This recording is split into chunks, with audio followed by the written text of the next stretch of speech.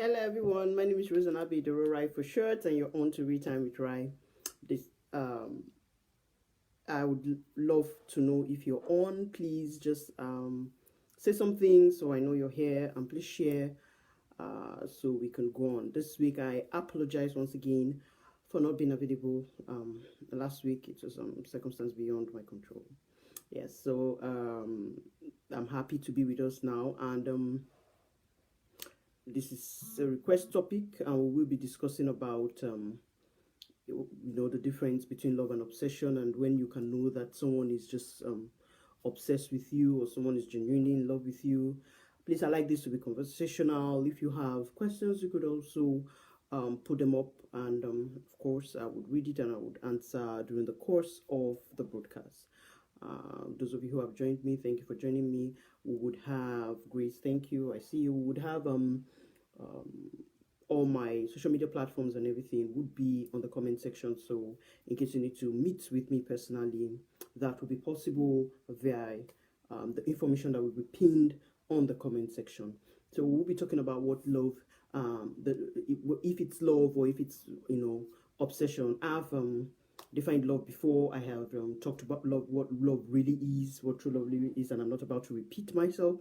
So if you haven't or you weren't online to watch the broadcast, or if you come across this video and you haven't watched that, I suggest you visit the page Read Time with Rai and look at the video sections. You will find the video I'm actually talking about. Yes, and then please, while you're at it, like the page. Thank you. And for those viewing, if you haven't liked the page, please do, and you could please recommend the page to, if you're receiving value, you could please recommend the page to your friends and family, so they could like and always join us in the broadcast. So the question was, how do I know if someone is obsessed with me or someone is in love with me? First and foremost, love is a choice. I'm not repeating the whole broadcast, of course, but I have to tell us what love is to be able to differentiate it from obsession. So love is a choice, and when someone is a choice that someone makes, to be with another person. Yes, so that means you're accepting the person for who the person is, and not what the person is. So you're accepting the person and knowing that, okay, this person is human just as I am, and so this person can't be flawless. This person would have some things about the person that I may not like in this journey, but I have decided to stick with this person. I decided to be with this person. It's a choice, basically. Yes, I know there are feelings attached with it. I know that the initial period where you're meeting up with someone, of course there's those chemical effects. I've told us before, dopamine effects, dopamine start taking effect, and if it's lost, then you have the testosterone and the estrogen taking effect. So that's all chemistry. But basically, at the end of the day, when all those things die down, when the whole chemistry wears off, basically you're left with a choice you made, to be with that person. So the feelings are not what will I say, necessarily the main thing there. The main thing is your decision to be with someone. And having said that, when someone is obsessed, it means it has moved from, it wasn't even a decision in the first place. The person was attracted, and the person feels a need to possess another person. It's like saying, okay, you have your iPhone or your iPad or whatever devices, your Android, whatever device you use, and that belongs to you. It's personal to you. When someone is obsessed with you, it's almost the opposite of being truly in love. You don't have your space. The person, I'll just give us some because the person was asking, how do I know? That was a question. I'm trying to answer the question. How do I know that someone is obsessed with me? So I've told us, when someone is obsessed with a thing, it mustn't even necessarily be only a person, even though I would be discussing a person. Samuel, oh, that's Cynthia. Thank you for joining me. I would be going straight to the point. If someone is in love with you, you will still, your individuality doesn't vanish. You will still be yourself. You will still be an individual. Yes, even though, yeah, okay, especially if it's on when you guys, okay, maybe I've got married or something, of course you have to seek permissions on some things, you have to ask some things, you have to share opinions and all that. Yes, that's not the same with being obsessed with someone. When you're obsessed, well, someone is obsessed with you, and they're controlling. You can't do anything without them. In fact, they are the types that can call you 1 million times a day. There's nothing wrong with checking up on your loved one, but they call you 1 million times a day, and they are usually insecure and have low self-esteem. So they start asking you, tell me you love me every like 50 times. Yes, I know for women we like hearing those words, but it's there's where it gets to the obsession stage, where you expect the person to always tell you all the time, and then you ask the person, where are you, who are you talking to? Okay, give the phone to everybody that is around you, let me be sure of where you are. Their own jealousy. I've read so many literatures and articles that say they have to have some, little form of jealousy. Anytime someone is not jealous about you anymore at all, that's zero jealousy, and then it means that the person doesn't love. I'm yet to know whether I agree with that or not. But anyway, they say some form of jealousy is needed in a relationship. Okay, understandable. But not when the person is too jealous, excessively jealous. You can hang around friends whether both male or in fact, when someone is obsessed with you, it's not a function of whether the person is of same sex with you. The person just has a problem that you are not with them, because in their mind they own you. In their mind they want to control you. In their mind they believe that if you're not with them, and that is where it leads to violence and it leads to them wanting to harm themselves. Hello Kathy, they believe that, thanks for being here. They believe that if you're not with them, their life is incomplete, and they get upset that at the end of the day, maybe you're able to find, so you go on with your life, find some balance in your life. They begin to get upset and begin to wonder and say, why would this person be able to move on when I haven't moved on? Because you weren't upset. If you're in love with someone and for some reason it doesn't work out and you guys break up, you would be able to move on. I understand that there will be a time where you'll be hurting out of the breakup and stuff, so you may be hurting and things like that, but you would eventually be okay. Yes, maybe the person's thoughts could cross your mind and be like, another. But if you even find true love at the end of the day, or, be in some relationship and you would be able to move on. But an obsessed person won't be able to move on.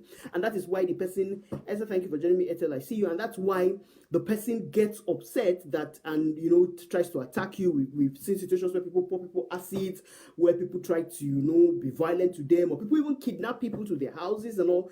It's because the people are surprised that you could move on when they, was a problem. And an obsessive person does not believe that there should be a problem, because the person believes that the way the person is dependent on you, the person's very existence, excuse me, is surrounded by you. So the person does not want to agree or accept that that's not the case with you. You can move on, you can live without the person. I love you, yes, but you're not my life. I love you, yes, and that's why I keep telling people, in a bit to be romantic, excuse me, in a bit to be romantic, in a bit to be,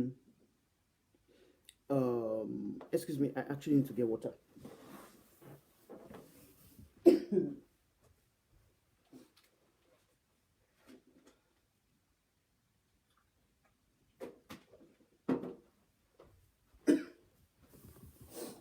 So yes, I'm sorry about that.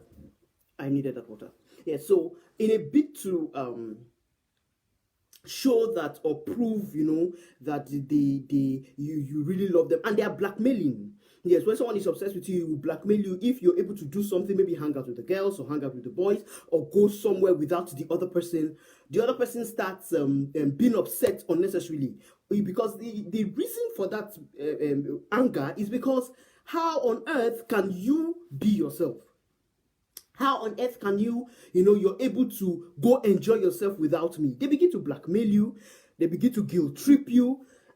So we must be careful to know it. It's okay if someone is checking up on you, you see, because and this thing is, there's a thin line to it. That's why some people will begin to say, oh, I'm really in love with this person. I'm really in love with that person. Thank you, love. Excuse me. They begin to say, I'm really in love with this person. I'm in love with that person, or and since they've manipulated you, it happens a lot to girls. You begin to say, oh no, he truly loves me more than maybe if you've had an ex who wasn't behaving like this, who wasn't obsessed with you. You say, oh, he truly loves me. In the initial period, this is danger. In the initial period, when the person seems to be obsessed with you, it looks like it's okay. It looks all right in the initial period, from in the beginning.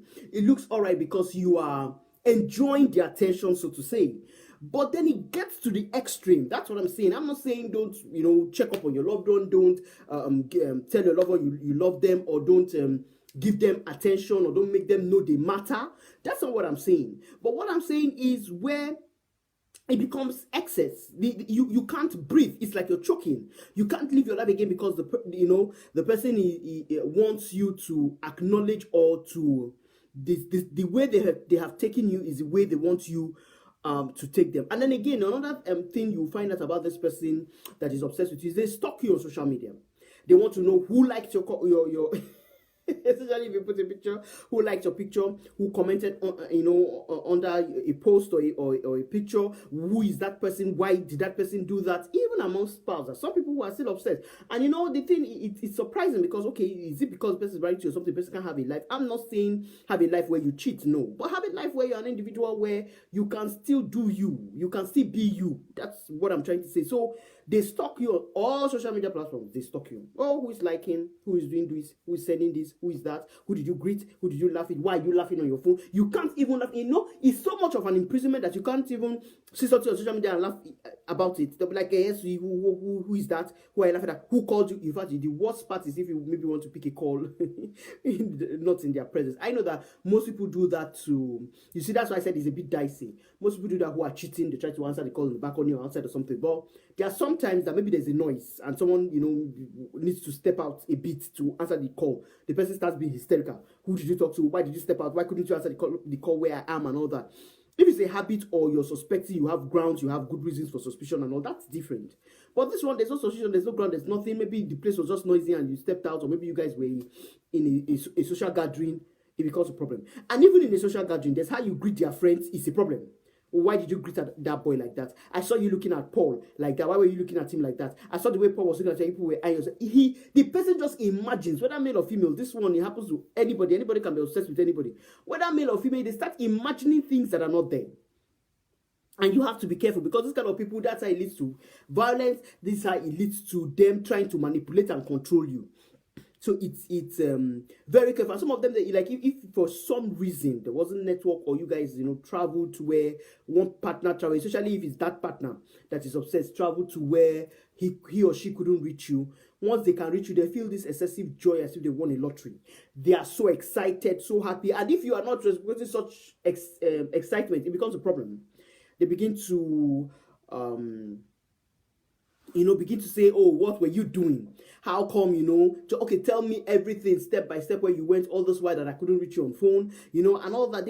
And then if they are making calls with you when you guys are not together, in fact, they take up all your time. You guys must be like, twins, conjoined twins. You do almost everything together. And when you're not with this person, you must give the person step by step, hour by hour, how you spent your day. It's a different thing. Someone asks you, how did you spend your day? Oh, I went to the mall, I went shopping, and then at the end of the day, I did it. That's like you're giving a summary. No, that person, an obsessed person, won't be satisfied. Someone in love will be okay with that. But an obsessed person won't be satisfied. Okay, so from the supermarket, who did you greet? Who did you see? Did you see any this? Did you see any that? Did anybody talk to you? Did anybody ask you for your number? Okay, so from the supermarket, where did you go to? Okay, you said you went shopping, you left there, you went to the mall. Okay, in the mall, so what happened? Which of the shops did you enter? At what time did you go there? What did you buy? At how much did you buy? They just want every little gritty of, the information. They're not being, and the funny thing is, these people that are obsessed are smart. So it would be like they are being conversational. It would be like, okay, they really care. So they just want to know, the nitty-gritty of your day, how it went. That's how it starts. Most of them are obsessed, but they're hiding it. And then in fact, this one is a serious pointer. When you call and the phone rings, maybe they call you and the phone rings maybe 3-4 times, and maybe you were busy, bathroom, kitchen, somewhere. I know it's a mobile phone, but sometimes you could leave it somewhere and be somewhere else in the house. It's a problem. So the phone rang 4 times. Why did you pick it? Why didn't you pick it? What were you doing? And then another pointer again, especially with this phone, most of these obsessed people, is the phone issue that brings problem in their relationship. Or they may be talking to their loved one, and then maybe the person is on another call.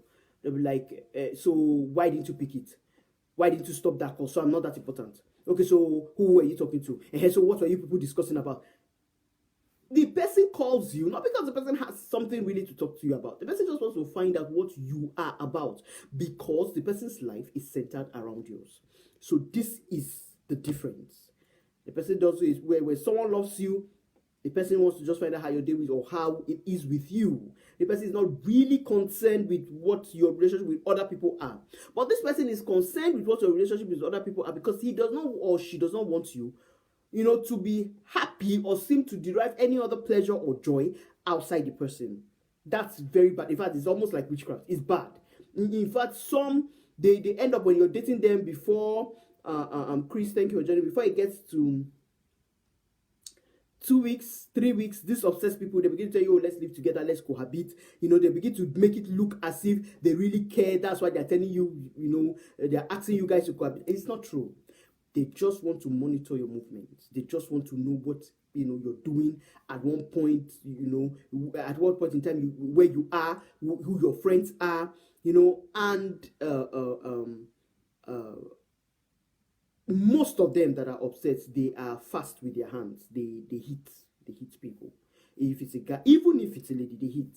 Because the obsession makes them angry a lot. And if those who have even managed to max it and don't hit, or for some reason don't hit, you will see them, they're always very angry, always very upset, always very angry. Any little thing you do, I've said it, nobody's perfect.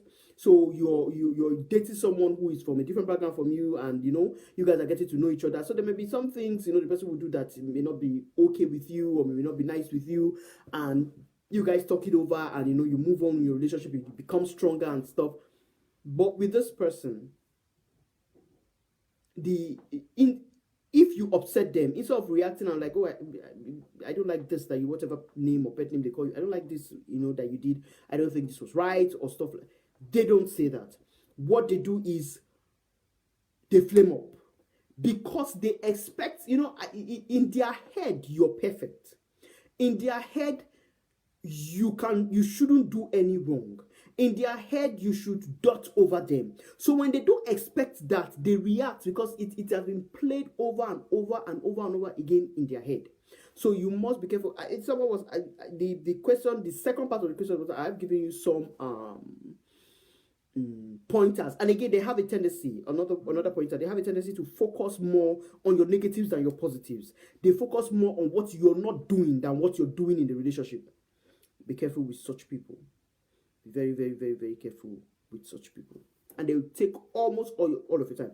And then they can't focus at work.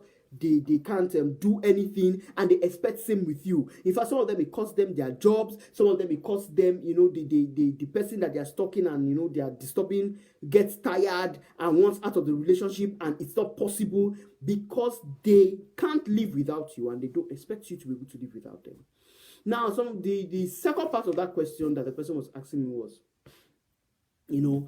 how, after I found out, how do I, break up, or how do I, should I still stay, or should I break up? My advice, sincerely speaking, until the person is able to come to terms with the fact that, you are an individual, you need some space, you love the person, but, you don't like this or excessive monitoring, and, you can't have a life or outside the person and all, until the person comes to understand that, I advise, you can start with telling the person that you want to break.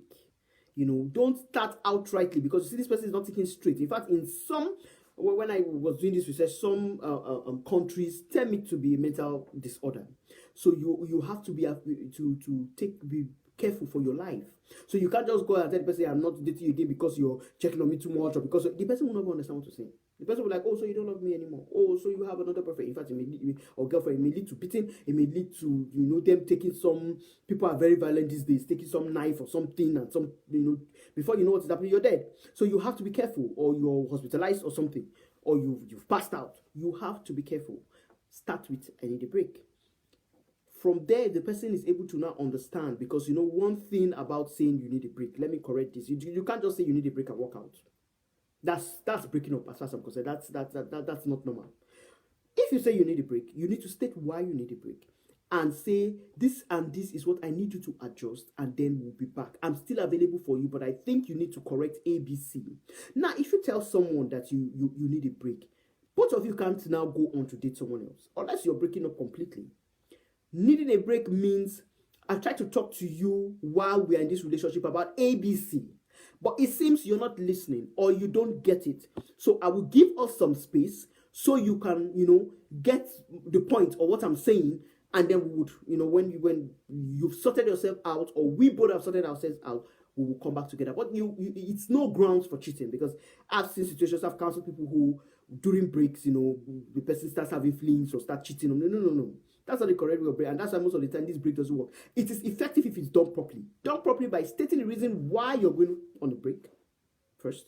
Secondly, duration, period of time why you need to go on that you would go on this break. And then, you guys will come back and all. And you're not supposed to be dating or, start having flings or start, doing one night stand and stuff because you have a break with, your significant other. So I would say start with a break. It's only after the break. Thank you for joining me. It's only after the break and you now come back and you still see such compulsive, such disorder, such excessive, all the symptoms have told us, all the excessive calls, checking up, not letting you breathe, you can't even have friends, you must be with them 24 hours and all that. It's only after there is no change, then you have to withdraw. You will break up, but systematically. Because like I told you, this person is not most of them that behave like this are not very correct upstairs. They think they are, but they are not.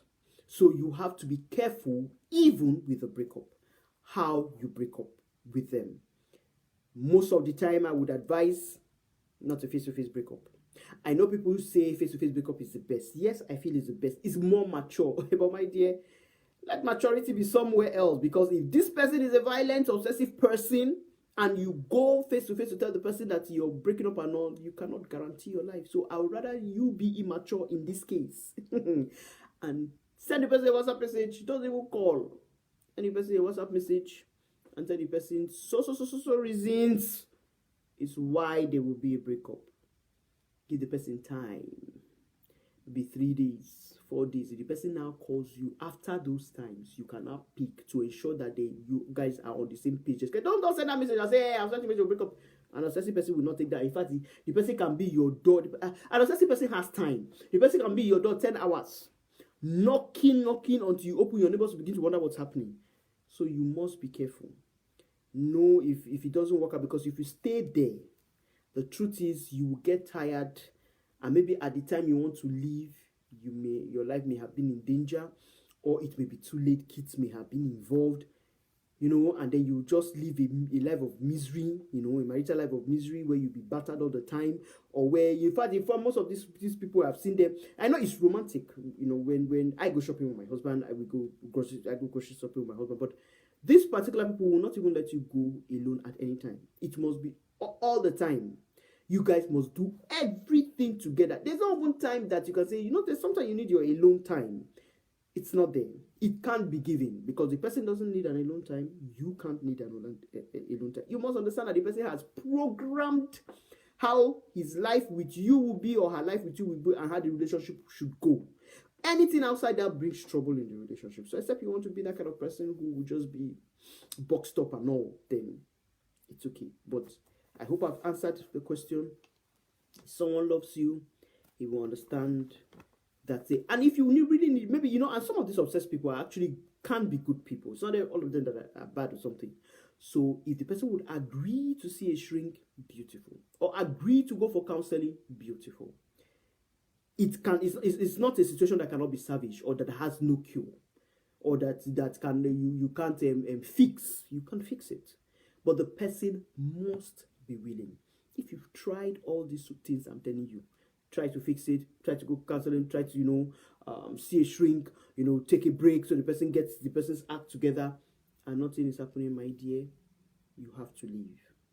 I do not advise that you stay, because nowadays people, in the name of being picture perfect, or being perfect with society, have stayed where they shouldn't stay and have ended up dead. And after they died, those people moved on with their life with another person. Protect yourself first. Even the Bible tells us that love your neighbor as yourself.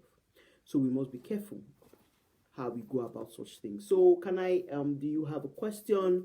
I have been talking since it's a request topic, so I needed to answer the person, because I believe the person would be watching. And so if you have a question or a contribution, I'll just give about 5 minutes. This is a short broadcast because it's a request topic and I'm answering question, just let me know.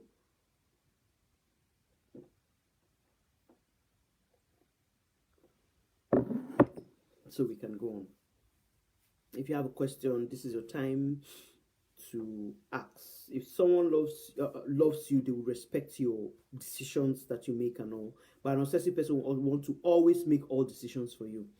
Your decision, none of it will make sense to the person, because, like I said, from the beginning of the relationship, it has been programmed and planned how the relationship should go.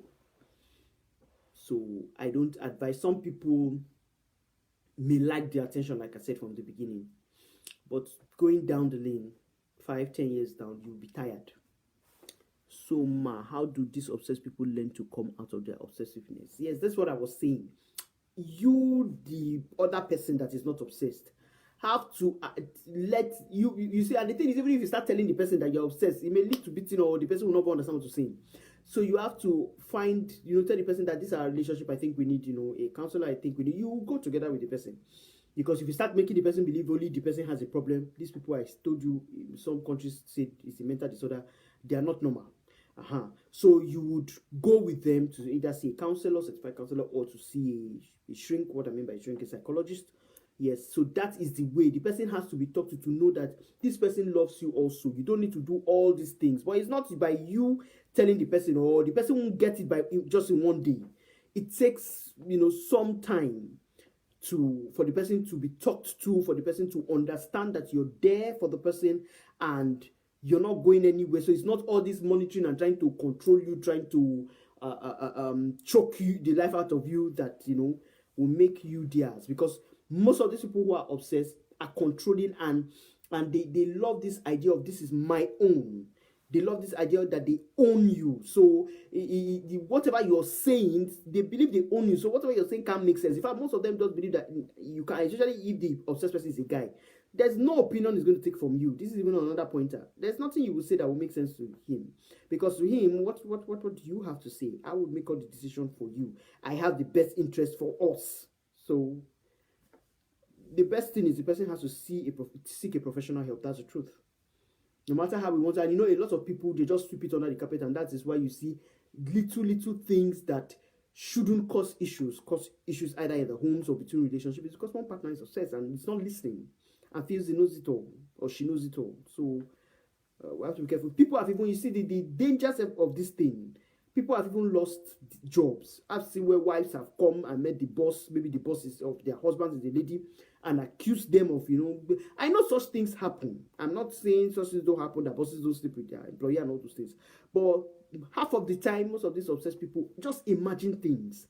And they go the first time, the boss is like, okay, fix your, put your house in order. They go the second time, like, I won't take this the next time. The next time, the woman comes again, and the family is put in problem because the person is sacked from job. Or the person can't even hang out with friends because the person comes, drags the person, creates a scene. So people start avoiding you. It's really a very terrible thing. For people who are in it, I'm sure they can relate to what I'm saying. It's really a terrible thing.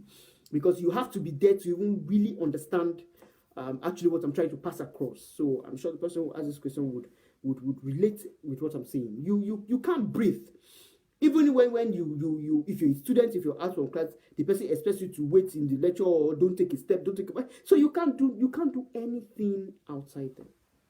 Even traveling is a problem. The person has to find a way to create time so you guys will go together, because the person will start imagining, that some other person is waiting for you somewhere and different things. So it's really a sad situation.